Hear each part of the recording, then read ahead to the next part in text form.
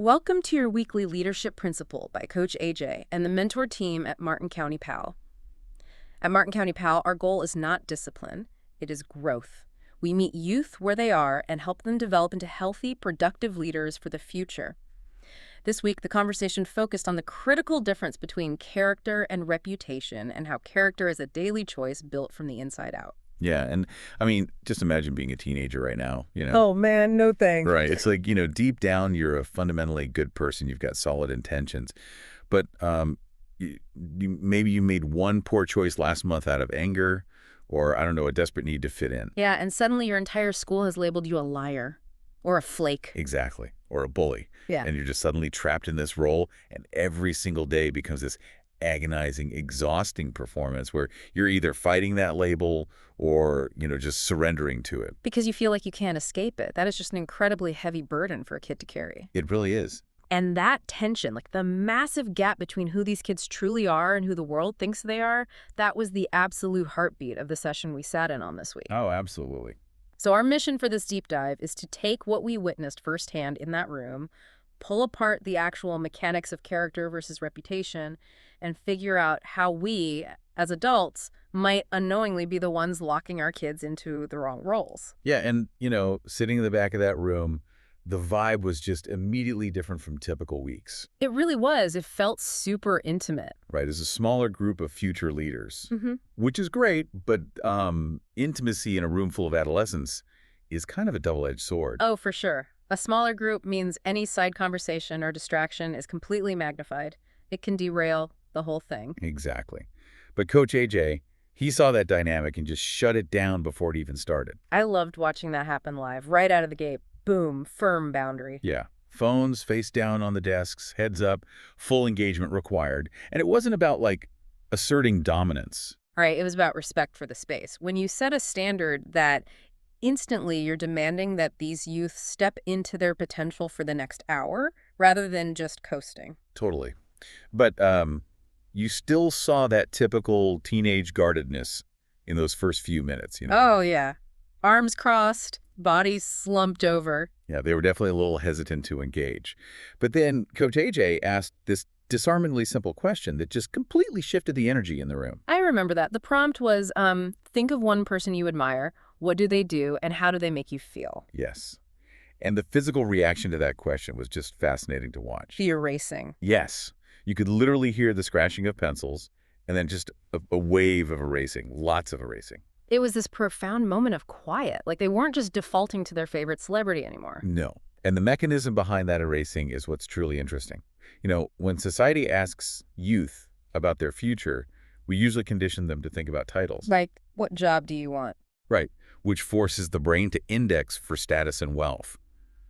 But by specifically asking how the admired person makes them feel, Coach AJ completely bypassed all that superficial stuff. He forced them to look inward, to index for emotional resonance and actual internal traits. They stopped thinking about the role someone plays on TV and started thinking about the substance of who that person actually is. Exactly. Yeah. And speaking of substance, we have to unpack the core metaphor Coach AJ used to explain this, because he framed the entire night around a balloon. The balloon analogy was so good. Let's really dissect this, because the premise was that for a balloon to look good on the outside, to be full and vibrant, it has to be completely filled on the inside. Right. And Coach AJ explained that the inside of the balloon is your character. It's who you truly are at your core. And the outside is your reputation, who people perceive you to be. It's a powerful visual because it explains structural integrity, right? If you're empty on the inside, it doesn't matter how brightly colored the outside of the balloon is. It's just deflated. Exactly. It collapses under any weight. I do have to push back a little on how we explain this to teenagers, though. You can't just tell a 14-year-old they need air in their balloon and expect them to understand how to actually do that. What actually constitutes the air here? Well, the air is made up of micro decisions. It's those moment-to-moment choices a teenager makes when nobody is actively rewarding them. Give me an example. It's choosing to do the homework instead of copying a friend's, or holding a sharp tongue when a sibling provokes them. Every time they choose what they are to do over what they want to do, they blow a breath of air into that balloon. Ah, I see. So when the outside environment, like the pressure of high school or social media, demands more than their internal character can support, they pop. A fake persona just can't withstand real-world pressure. Exactly. And you could really see the future leaders in the room grasping that mechanism. Like when they started sharing who they admired based on this internal air. Oh, that one young man, the one who brought up the bass player from his favorite band. Yes. He didn't admire the musician for the fame or the music. He admired him because the guy donates time and money to charity. But then the kid immediately followed it up by saying he couldn't be like his idol because he didn't have money to donate. And Coach AJ's intervention there was masterful. He stopped the room and broke down generosity into 3 distinct currencies. Money, time, or talent. Right. He totally removed the barrier to entry. He basically said, you don't need a massive bank account to cultivate generosity. You can give your time to a neighbor or use your talent to help a classmate. Character is accessible right now, today. It's so true. And then another young woman spoke up. She shared that the person she admired most was her mom. Oh, that was heavy. It really was. She spoke so movingly about her mother's immense strength and responsibility in navigating some incredibly hard times. The vulnerability it took for this teenager to share that in a room full of her peers was just staggering. She wasn't looking at her mom's job title at all. She was looking at the resilience inside her mom's balloon. Yeah. And that vulnerability really opened the door for what became the most challenging part of the session, the collision between character and reputation. Right. When Coach AJ challenged the room to identify where their reputation actually conflicts with their true character. The honesty we witnessed next was almost uncomfortable. It was. We had teenagers openly admitting that raw emotions, like a sudden burst of anger or a desperate desire to fit in with a certain crowd, often cause them to step completely out of their true character. Yeah, they know they're good, honest kids, but they react in the heat of the moment, make a poor choice, and suddenly they're slapped with a reputation for being mean or being a liar. Why does this happen so fast with them? Well, we really have to look at the adolescent brain to understand it. In a teenager, the amygdala, which is the part of the brain responsible for immediate emotional reactions, is fully developed. It's driving the car. But the prefrontal cortex isn't. Exactly. The part that handles logic, restraint, long-term consequence, it's still under construction. So they act out of raw, impulsive emotion. And the tragedy is that society and schools and their peers quickly assign a permanent label based on that temporary emotional hijack. Right. And once a teenager is labeled a liar, cognitive dissonance kicks in. They start playing the role of a liar because it's just easier to meet the expectation than to constantly fight the label. And playing a role you don't believe in is completely draining. Oh, absolutely. Coach Bob actually stepped up to reinforce this exact point with an incredibly raw story from his own youth. Yeah, that was a powerful moment. He stood in front of those kids and admitted he used to have a reputation as a fighter. And the class clown. He detailed how utterly exhausting it was to perform that fake role every single day just because his peers expected it. And then he gave them the empty store test. Yes! Yeah. The empty store test. He told them to imagine walking into a store with no clerks and no security cameras. Nobody will ever know what you do. If you don't empty the cash register, that is your true character. It's the ultimate test of intrinsic versus extrinsic motivation. Character is what you do when the audience is removed. I have to ask, though, is that realistic? I sat there wondering if it's fair to expect a 14-year-old whose brain is still developing to intrinsically want to do the right thing when all external accountability is removed. Like, isn't it human nature to take the easy way out when no one's looking? It is human nature, which is exactly why Coach Drew jumped in to shift their perspective on adversity. Oh, right. Coach Drew told the youth they should actually want to face challenges and resistance. Which sounds crazy to a teenager. Right. But if you have an easy, problem-free life where nothing goes wrong and all temptations are removed, you never build character. Think of it like muscle hypertrophy in a gym. Muscle only grows when it's subjected to resistance and microscopic tearing. Exactly. Character hypertrophy works the exact same way. You need the resistance of an empty store or the friction of a difficult peer to tear the old habits and build the stronger character muscle. And building that muscle memory is vital, because fixing a broken reputation once you've lost it is just grueling work. It really is. Coach AJ brought this reality home with that story from the corporate world about an adult employee named Lauren. Lauren was chronically late to her job. Everyone knew it. That was her established reputation. Right. She was finally given an ultimatum. Show up on time or get fired. So Lauren starts coming in early. But when she walked in early, Her coworkers didn't cheer her on. They didn't celebrate her newfound punctuality. No, they just waited for her to fail. Yeah. They literally sat at their desks watching the clock, expecting the real Lauren to show up and mess it up again. I have to admit, I felt a lot of friction with this story. If Lauren's coworkers are going to hold her past against her forever, shouldn't she just quit? Like, why stay in a role where everyone expects you to fail? It feels incredibly toxic to constantly have to prove yourself to people who have already written you off. Well, quitting feels like the logical escape. But it doesn't fix the underlying deficit in character. It merely resets the clock until she burns out the next environment. That's fair. Coach AJ used this story to explain the uncompromising mathematics of trust. Trust is earned in pennies, but it is spent in thousands. Wow. When Lauren was chronically late, she was making massive $1,000 withdrawals from her trust account.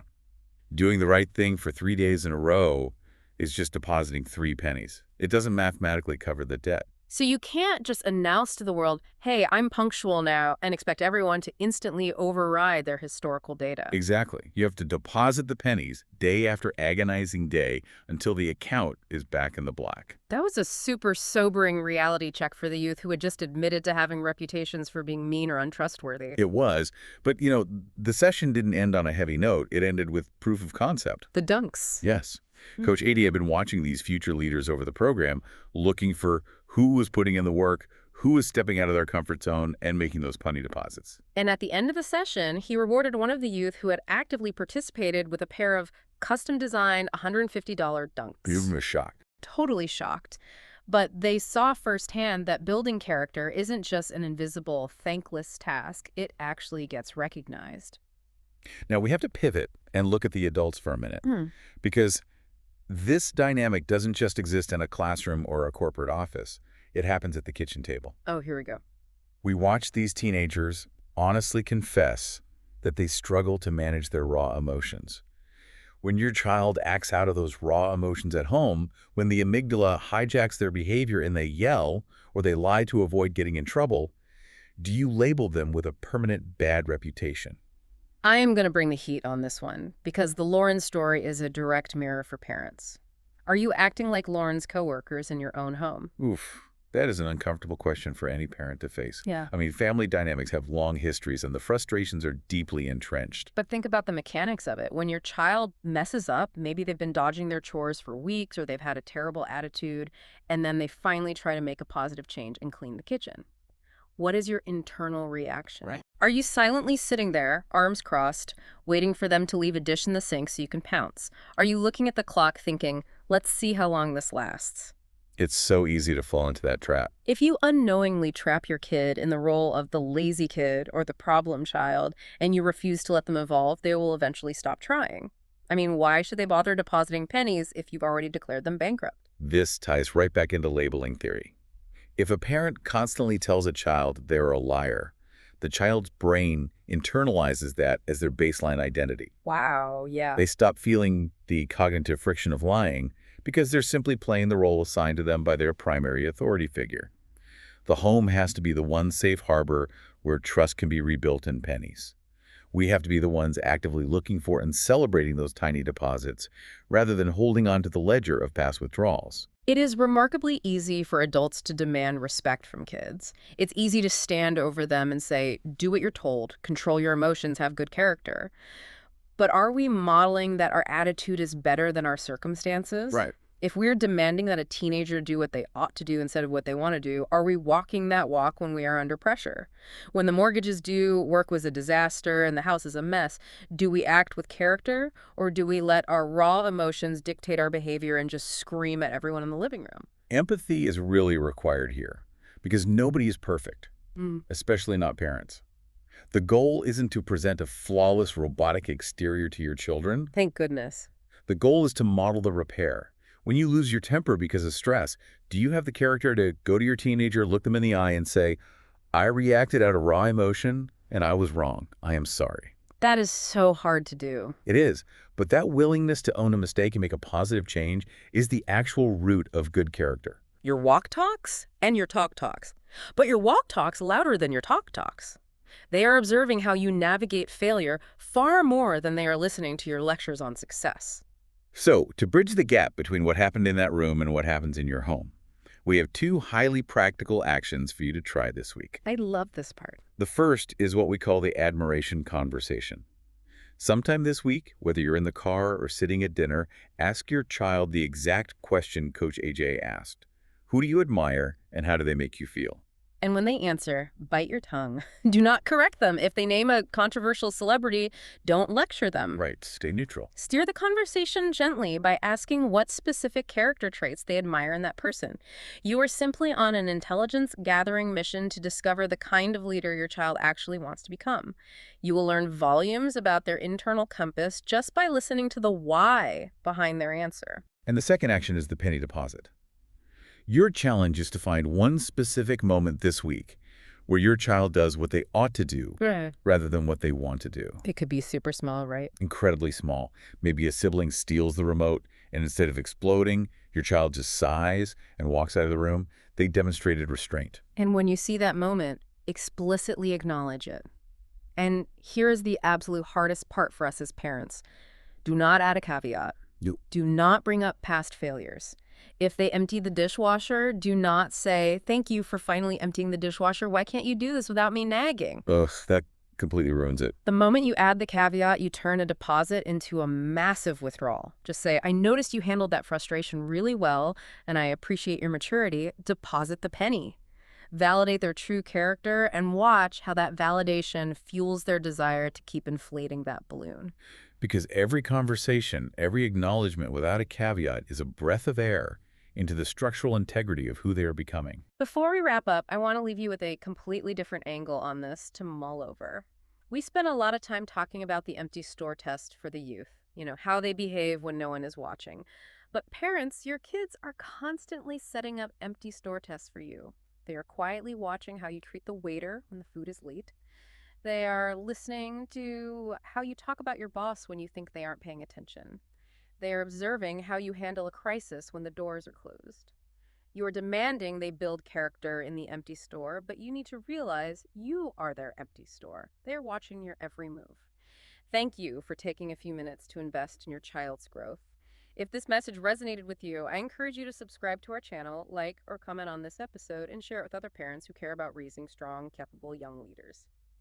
If you would like to learn more about Martin County PAL or are interested in supporting or partnering with our program, please reach out. This work only happens because of people who believe in meeting youth where they are and helping them grow into who they can become. We appreciate you being part of that mission.